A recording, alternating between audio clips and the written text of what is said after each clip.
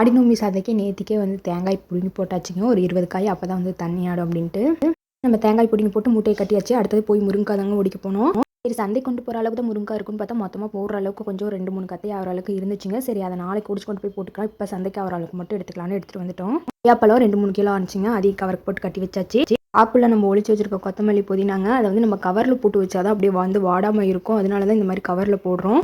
தோட்டத்திலே காய்க்கிற ஒரு மூட்டை கத்திரிக்காங்க இன்னைக்கு ஆச்சு. நம்ம வர சந்தைக்கு கொடுத்துட்றது இந்த தெராசு கல், காய் அள்ளி போட கூறு வைக்கிறதுக்கு டப்பா, இதை மெயினாக கொடுத்துடுவோங்க. நம்மளுக்கு தேவை இந்த மஞ்சள் சில்லற கஸ்பைங்க. இந்த வார சந்தையிலேருந்து நம்ம பீக்கங்காயும் அறுவடை பண்ணி வச்சுருக்கோங்க. போன வாரம் 1 கிலோ தான் வந்துச்சு. இந்த வாரம் ஒரு 2-3 கிலோ ஆனது.